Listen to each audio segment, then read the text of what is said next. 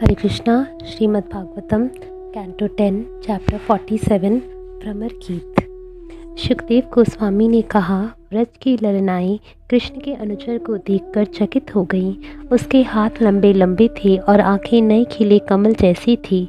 वह पीत वस्त्र धारण किए था, गले में कमल की माला थी तथा अत्यंत परिष्कृत किए हुए कुंडलों से चमकता उसका मुखमंडल कमल जैसा था। गोपियों ने पूछा, यह सुंदर पुरुष कौन है? यह कहाँ से आया है? यह किसकी सेवा करता है? यह तो कृष्ण के वस्त्र और आभूषण पहने हैं। यह कहकर गोपियाँ उद्धव के चारों ओर उत्सुकता से एकत्र हो गईं, जिनका आश्रय भगवान उत्तम श्लोक श्री कृष्ण के चरण कमल थे। विनय पूर्वक अपना शीश झुकाते हुए गोपियों ने अपनी लजीली मुस्कुराती चितवनों तथा मधुर शब्दों से उद्धव का उचित रीति से सम्मान किया। वे उन्हें एकांत स्थान में ले गईं, उन्हें आराम से बैठाया और तब उन्हें लक्ष्मीपति कृष्ण का संदेशवाहक मानकर उनसे प्रश्न करने लगी। गोपियों ने कहा, हम जानती हैं आप यदुश्रेष्ठ कृष्ण के निजी पार्षद हैं और अपने उस श्रेष्ठ स्वामी के आदेश से यहाँ आए हैं जो अपने माता पिता को सुख प्रदान करने के इच्छुक हैं। अन्यथा हमें और कुछ भी ऐसा नहीं दिखता जिससे वे व्रज के इन चारागाहों में स्मरणीय समझते होंगे। निसंदेह एक मुनि के लिए भी अपने पारिवारिक जनों का स्नेह बंधन तोड़ पाना कठिन होता है। किसी अन्य के प्रति जो पारिवारिक सदस्य नहीं है, दिखलाई जाने वाली मित्रता स्वार्थ से प्रेरित होती है। अतः यह तो एक बहाना होता है जो तब तक चलता है जब तक किसी का उद्देश्य पूरा नहीं हो जाता। ऐसी मित्रता वैसी ही है जिस तरह की स्त्रियों के प्रति पुरुषों की या फूलों के प्रति भौरों की रुचि। वैश्याएं निर्धन व्यक्ति को, प्रजा अयोग्य राजा को, शिक्षा पूरी होने पर विद्यार्थी अपने शिक्षक को तथा पुरोहित गण दक्षिणा पाने के बाद यज्ञ करने वाले व्यक्ति को छोड़ जाते हैं। फल न रहने पर पक्षी वृक्ष को, भोजन करने के बाद अतिथि घर को, जंगल जल जाने पर पशु जंगल को तथा प्रेमी के प्रति आकृष्ट रहने के बावजूद भी स्त्री का भोग कर लेने पर प्रेमी उसका परित्याग कर देते हैं। इस तरह बोलती हुई गोपियों ने, जिनके वचन, शरीर तथा मन भगवान गोविंद के प्रति पूर्णतया समर्पित थे, अपना नैतिक कार्य करना छोड़ दिया, क्योंकि अब कृष्णदूत श्री उद्धव उनके बीच आया था। वे अपने प्रिय कृष्ण के बाल्यकाल तथा किशोरा अवस्था की लीलाओं का अविरत स्मरण करके उनका गुणगान करने लगी और लाज छोड़कर फूट फूट कर रोने लगी। कोई एक गोपी जब कृष्ण के साथ अपने पूर्व सानिध्य का ध्यान कर रही थी तो उसने अपने सामने एक भौरा देखा और उसे लगा कि यह उसके प्रियतम द्वारा भेजा गया कोई दूत है। अतः वह इस प्रकार बोली। गोपी ने कहा, हे भौरे, हे छलिए के मित्र, अपनी उन मूंछों से मेरे पांवों को मत छूना जो उस कुमकुम से लेपित हैं, जो कृष्ण की माला में तब तक लग जाता था जब वह मेरी सौत के स्तनों द्वारा मर्दित होती थी। कृष्ण अब मथुरा की स्त्रियों को तुष्ट करें। जो व्यक्ति तुम जैसे दूत को भेजेगा वह यदुओं की सभा में निश्चित रूप से उपहास का पात्र बनेगा। केवल एक बार अपने होठों का मोहक अमृत पिलाकर कृष्ण ने सहसा उसी तरह हमारा परित्याग कर दिया जिस तरह तुम किसी फूल को तुरंत छोड़ देते हो। तो फिर यह कैसे संभव है कि देवी पद्मा स्वेच्छा से उनके चरण कमलों की सेवा करती है? हाय, इसका उत्तर यही हो सकता है कि उनका चित्त उनके छलपूर्ण शब्दों द्वारा चुरा लिया गया है। हे भौरे, तुम घर बार से रहित हम लोगों के समक्ष यदुओं के स्वामी के विषय में इतना अधिक क्यों गाए जा रहे हो? ये कथाएं हमारे लिए अब पुरानी हो चुकी हैं। अच्छा हो कि तुम अर्जुन के उस मित्र के विषय में उसकी उन सखियों के समक्ष जाकर गाओ जिनके स्तनों की दाहक इच्छा को उसने शांत कर दिया है। वे स्त्रियां अवश्य ही तुम्हें मानवांछित भिक्षा दान देंगी। उन्हें स्वर्ग, पृथ्वी या पाताल में कौन सी स्त्रियां अनुपलब्ध हैं? वे केवल अपनी भावों के तिरकी करके छलपूर्ण आकर्षण से हंसते हैं तो वे सब उनकी हो जाती हैं। लक्ष्मी जी तक उनके चरण रज की पूजा करती हैं, तो उनकी तुलना में हमारी क्या बिसात है। किंतु जो दीन दुखियारी हैं, वे कम से कम उनका उत्तम श्लोक नाम तो ले ही सकती हैं। तुम अपने सिर को मेरे पैरों से दूर ही रखो। मुझे पता है कि तुम क्या कर रहे हो। तुमने बहुत ही दक्षतापूर्वक मुकुंद से कूटनीति सीखी है और अब चापलूसी भरे शब्द लेकर उनके दूत बनकर आए हो। किंतु उन्होंने तो उन बेचारियों को छोड़ ही दिया जिन्होंने उनके लिए अपने बच्चों, पतियों तथा अन्य संबंधियों का परित्याग किया है। वे निपट कृतज्ञ हैं, तो मैं अब उनसे समझौता क्यों करूं? शिकारी की तरह उन्होंने कपिराज को बाणों से निर्दयता पूर्वक बींध दिया। चूंकि वे एक स्त्री द्वारा जीते जा चुके थे, इसलिए उन्होंने एक दूसरी स्त्री को, जो उनके पास कामेच्छा से आई थी, कुरूप कर दिया। यही नहीं, बलि महाराज की बलि खाकर भी उन्होंने उन्हें रस्सियों से बांध दिया, मानो वे कोई कौवे हों। अतः हमें इस श्याम वर्ण वाले लड़के से सारी मित्रता छोड़ देनी चाहिए, भले ही हम उसके विषय में बातें करना बंद ना कर पाएं।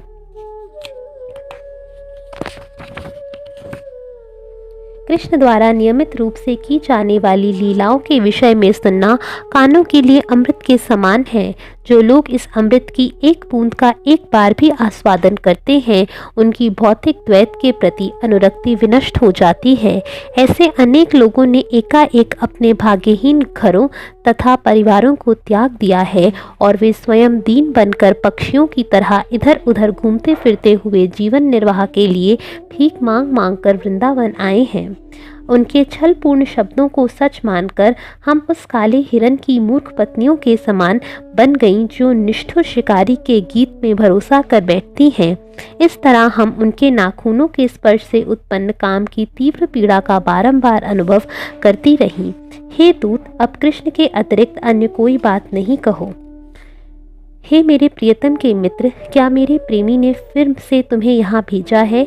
हे मित्र, मुझे तुम्हारा सम्मान करना चाहिए, अतः जो चाहो वर मांग सकते हो, किंतु तुम हमें उसके पास फिर से ले जाने के लिए यहाँ क्यों आए हो, जिसके मधुर प्रेम को छोड़ पाना इतना कठिन है? कुछ भी हो, हे भद्र बौरे, उनकी प्रेयसी तो लक्ष्मी जी हैं और वे उनके साथ सदैव ही उनके वक्षस्थल पर विराजमान रहती हैं। हे उद्धव, दरअसल यह बहुत ही खेदजनक है कि कृष्ण मथुरा में वास करते हैं। क्या वे अपने पिता के गृह कार्यों तथा अपने ग्वाल बाल मित्रों को याद करते हैं? हे महात्म स्तन, क्या वे कभी अपनी दासियों की भी बातें चलाते हैं? वे कब अपने अगुरु सुगंधित हाथ को हमारे सिरों पर रखेंगे? सुखदेव गोस्वामी ने कहा, यह सुनकर उद्धव ने गोपियों को ढांढस बंधाने का प्रयास किया, जो कृष्ण का दर्शन पाने के लिए अत्यंत ललायित थी। इस तरह वे उनके प्रेमी का संदेश उनसे बताने लगे। श्री उद्धव ने कहा, निश्चय ही तुम सारी गोपियां सभी प्रकार से सफल हो और विश्व भर में पूजित हो, क्योंकि तुमने इस तरह से भगवान वासुदेव में अपने मन को समर्पित कर रखा है। दान, कठिन व्रत, तपस्या, अग्नि यज्ञ, जप, वैदिक ग्रंथों का अध्ययन, विधि विधानों का पालन तथा अन्य अनेक शुभ साधनों द्वारा भगवान कृष्ण की भक्ति प्राप्त की जा सकती है। अपने सौभाग्य से तुम सबों ने भगवान उत्तम श्लोक के प्रति शुद्ध भक्ति का अद्वितीय मानदंड स्थापित किया है। यह मानदंड ऐसा है जिसे मुनि भी कठिनाई से प्राप्त कर सकते हैं। सौभाग्य से तुम लोगों ने अपने पुत्रों, पतियों, शारीरिक सुविधाओं, संबंधियों तथा घरों का परित्याग उस परम पुरुष के लिए किया है जो कृष्ण नाम से जाना जाता है। हे परम भाग्यशालिनी गोपियों, तुम लोगों ने दिव्य स्वामी के लिए अनन्य प्रेम का अधिकार ठीक ही प्राप्त किया है। निसंदेह कृष्ण के विरह में उनके प्रति अपना प्रेम प्रदर्शित करके तुम लोगों ने मुझ पर महती कृपा दिखलाई है। भगवान ने कहा है, तुम वास्तव में कभी भी मुझसे विलग नहीं हो, क्योंकि मैं सारी सृष्टि का आत्मा हूँ। जिस तरह प्रकृति के तत्व आकाश, वायु, अग्नि, जल तथा पृथ्वी प्रत्येक सृजित वस्तु में उपस्थित रहते हैं, उसी तरह मैं हर एक के मन, प्राण तथा इंद्रियों में और भौतिक तत्वों के भीतर तथा प्रकृति के गुणों में उपस्थित रहता हूँ। मैं ही अपनी निजी शक्ति के द्वारा भौतिक तत्वों, इंद्रियों तथा प्रकृति के गुणों का सृजन करता हूँ, उन्हें बनाए रखता हूँ और फिर अपने भीतर समेट लेता हूँ। शुद्ध चेतना या ज्ञान से युक्त होने से आत्मा प्रत्येक भौतिक वस्तु से पृथक है और प्रकृति के गुणों के पाश से अलिप्त है। आत्मा का अनुभव भौतिक प्रकृति के 3 कार्यों के माध्यम से किया जा सकता है। ये है जागृत, स्वप्न तथा सुषुप्ति। जिस तरह तुरंत का जगा हुआ व्यक्ति स्वप्न के विषय में सोचता रह सकता है यद्यपि वह भ्रामक होता है, उसी तरह मन के द्वारा मनुष्य इंद्रिय विषयों का ध्यान करता है जिन्हें बाद में इंद्रियां प्राप्त कर सकती हैं। इसलिए मनुष्य को पूर्णतया सतर्क रहना चाहिए और मन को वश में लाना चाहिए। बुद्धिमान अधिकारी जनों के अनुसार यही सारे वेदों तथा योगाभ्यास, सांख्य, त्याग, तपस्या, इंद्रिय संयम तथा सच्चाई का चरम निष्कर्ष है। जिस तरह की सारी नदियों का चरम गंतव्य समुद्र है, किंतु जिस असली कारण से तुम सबों की आंखों की प्रिय वस्तुरूप मैं तुम लोगों से अति दूर रह रहा हूँ, वह यह है कि मैं अपने प्रति तुम सबों के चिंतन को प्रगाढ़ करना चाहता था और इस तरह तुम्हारे मनों को अपने अधिक निकट लाना चाहता था। जब प्रेमी दूर होता है तो स्त्री उसके विषय में अधिक सोचती है बजाय इसके कि जब वह उसके समक्ष उपस्थित होता है। चूँकि तुम्हारे मन पूर्णतया मुझ में लीन रहते हैं और अन्य सारे कार्यों से मुक्त रहते हैं, तुम सदैव मेरा स्मरण करती हो और इसलिए तुम लोग शीघ्र ही मुझे पुनः अपने सामने पा सकोगी। यद्यपि कुछ गोपियों को ग्वाल ग्राम में ही रह जाना पड़ा था, जिससे वे रात में जंगल में रचाए गए रास नृत्य में मेरे साथ क्रीड़ा नहीं कर पाईं, तो भी वे परम भाग्यशालिनी थीं। दरअसल वे मेरी शक्तिशाली लीलाओं का ध्यान करके ही मुझे प्राप्त कर सकती हैं। सुखदेव गोस्वामी ने कहा, व्रज की स्त्रियां अपने प्रियतम कृष्ण से यह संदेशा सुनकर प्रसन्न हुईं। उनके शब्दों से उनकी स्मृतियां ताज़ी हो गईं, अतः उन्होंने उद्धव से इस प्रकार कहा। गोपियों ने कहा, यह अच्छी बात है कि यदियों का शत्रु एवं उन्हें सताने वाला कंस अब अपने अनुयायियों सहित मारा जा चुका है, और यह भी अच्छी बात है कि भगवान अच्युत अपने शुभैषी मित्रों तथा संबंधियों के साथ सुखपूर्वक रह रहे हैं, जिनकी हर इच्छा अब पूरी हो रही है। हे भद्र उद्धव, क्या गद का बड़ा भाई नगर की स्त्रियों को वह आनंद प्रदान कर रहा है जो वास्तव में हमारा है? हम ऐसा समझती हैं कि वे स्त्रियां उदार चितवनों तथा प्यारी लजीली मुस्कानों से उनकी पूजा करती होंगी। श्री कृष्ण सभी प्रकार के माधुर्य व्यापार में दक्ष है और नगर की स्त्रियों के प्रिय हैं। चूँकि अब वे उनके मोहक शब्दों तथा इशारों से निरंतर पूजित हैं, तो भला फिर वे उनके पाश में क्यों कर नहीं बंधेंगे? हे साधु पुरुष, नगर की स्त्रियों से बातचीत के दौरान क्या गोविंद कभी हमारी याद करते हैं? क्या वे उनसे खुलकर वार्ता करते समय कभी भी ग्रामीण बालाओं का भी स्मरण करते हैं?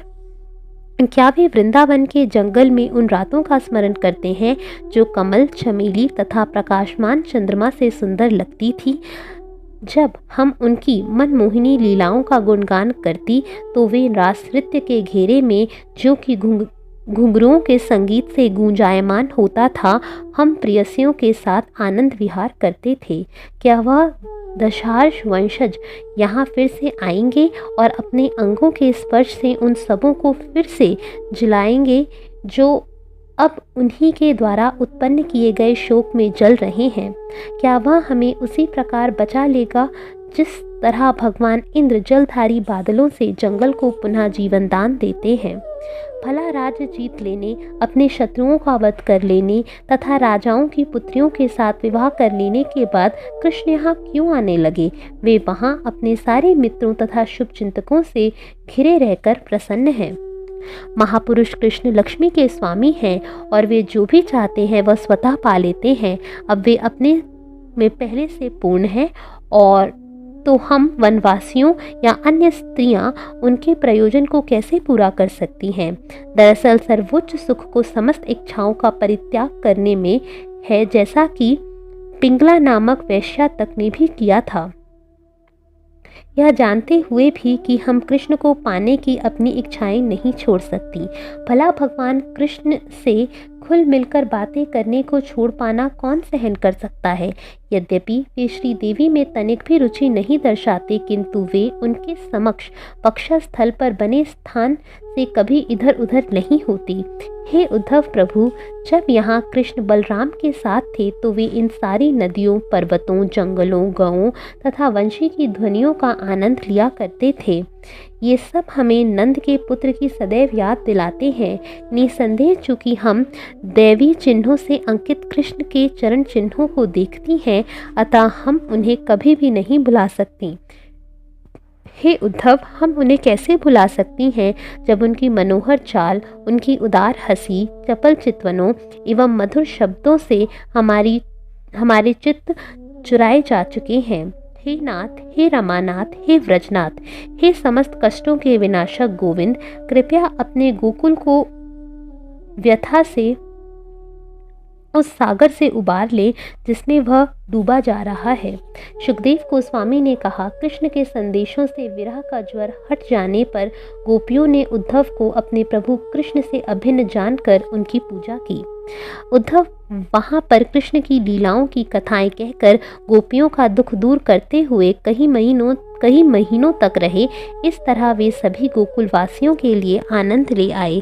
उद्धव जितने दिनों तक नंद में व्रजग्राम में रहे, वे सारे दिन व्रजवासियों को एक क्षण के तुल्य प्रतीत हुए, क्योंकि उद्धव सदा कृष्ण की वार्ताएं करते रहते थे। हरि के दास उद्धव ने व्रज की नदियां, जंगलों, पर्वतों, घाटियों तथा पुष्पित वृक्षों को देख देख कर और भगवान कृष्ण के विषय में स्मरण करा करा कर वृंदावन वासियों को प्रेरणा देने में आनंद का अनुभव किया। इस तरह यह देखकर कि गोपियां किस तरह कृष्ण में पूर्णतया तल्लीन रहने से सदैव विशुद्ध रहती हैं, उद्धव अत्यधिक प्रसन्न थे। उन्हें नमस्कार करने की इच्छा से उन्होंने यह गीत गाया। उद्धव ने गाया, पृथ्वी के समस्त व्यक्तियों में ये गोपियां ही वास्तव में अपने देहधारी जीवनों को सफल बना पाई हैं, क्योंकि इन्होंने भगवान गोविंद के लिए शुद्ध प्रेम की पूर्णता प्राप्त कर ली है। इस संसार से डरने वालों, बड़े बड़े मुनियों तथा हम सबों को इनके शुद्ध प्रेम की लालसा बनी रहती है। जिसने अनंत भगवान की कथाओं का आस्वाद कर लिया है, उसके लिए उच्च ब्राह्मण के रूप में या साक्षात ब्रह्मा के रूप में भी जन्म ले लेने से क्या लाभ। यह कितना आश्चर्यजनक है कि जंगल में विचरण करने वाली एवं अनुपयुक्त आचरण से के कारण दूषित सी प्रतीत होने वाली इन सीधी सादी स्त्रियों ने परमात्मा कृष्ण के लिए शुद्ध प्रेम की पूर्णता प्राप्त कर ली है। तो भी यह सच है कि भगवान एक अज्ञानी पूजक को भी अपना आशीर्वाद देते हैं। जिस प्रकार की अज्ञानी व्यक्ति द्वारा किसी उत्तम औषधि के अवयवों से अनजान होते हुए पी लेने पर भी वह अपना प्रभाव दिखलाती है। जब श्री कृष्ण रासलीला में गोपियों के साथ नाच रहे थे तो भगवान की भुजाएं गोपियों का आलिंगन कर रही थी। यह दिव्य अनुग्रह न तो कभी लक्ष्मी जी को प्राप्त हुआ, न वैकुंठ की ललनाओं को। निसंदेह कमल के फूल जैसी शारीरिक कांति तथा सुगंध से युक्त स्वर्ग लोक की सबसे सुंदर बालाओं ने भी कभी इस तरह की कल्पना तक नहीं की थी। तो फिर इन सांसारी स्त्रियों के विषय में क्या कहा जाए जो भौतिक दृष्टि से अतीव सुंदर है।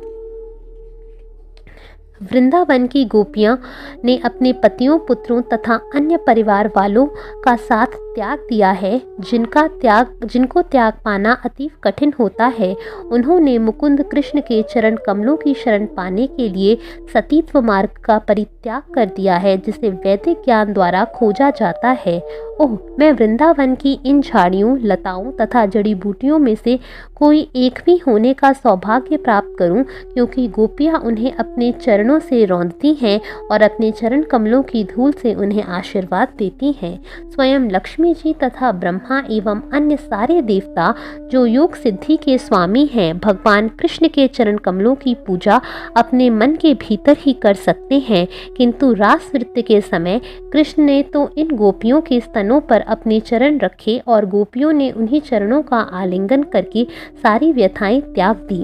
हे नंद महाराज के गोप ग्राम की स्त्रियों, की चरण रज की बारंबार वंदना करता हूँ। जब ये गोपियाँ श्री कृष्ण के यश का जोर जोर से कीर्तन करती हैं तो वह ध्वनि तीनों लोकों को पवित्र कर देती है। सुखदेव गोस्वामी ने कहा, तत्पश्चात दहार्षवंशी उद्धव ने गोपियों तथा माता यशोदा एवं नंद महाराज से विदा होने की अनुमति ली।